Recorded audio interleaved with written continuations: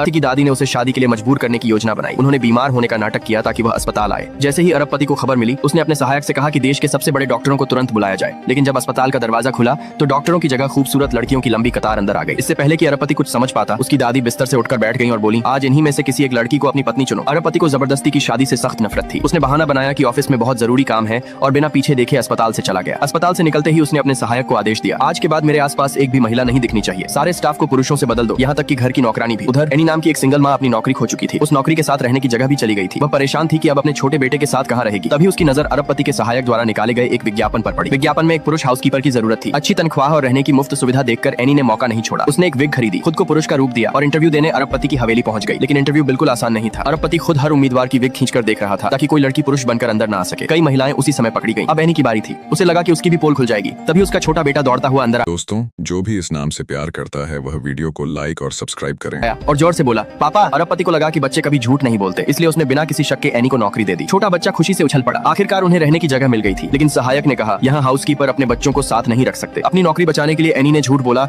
मैं अकेला पिता हूँ, अपने बेटे से अलग नहीं रह सकता। अरबपति ने उसकी मजबूरी समझी। अकेले बच्चे की परवरिश करना कितना मुश्किल होता है, यह सोचकर उसने नियम तोड़ दिया और दोनों को हवेली में रहने की अनुमति दे दी। कुछ ही समय बाद एनी अपने बेटे के साथ हवेली में रहने लगी। सामान खोलते समय बेटे को याद आया कि उसका स्कूल बैग बाहर बगीचे में रह गया है। एनी ने उसे बैग लाने भेज दिया। उसी समय अरबपति की दादी भी बाहर मौजूद थी। वह इस बात से बेहद दुखी थी कि उन्हें अब तक परपोता नहीं मिला था। तभी वह छोटा लड़का उनके सामने से भागता हुआ निकला। जैसे ही दादी ने उसका चेहरा देखा, वह हैरान रह गई। लड़का बिल्कुल बचपन के अरबपति जैसा दिख रहा था। उन्हें शक हुआ कि कहीं यही उनका परपोता तो नहीं। लड़का इतनी तेजी से भागा कि जब तक दादी अपनी व्हील चेयर का बेल्ट बांधकर उसके पीछे जाती, वह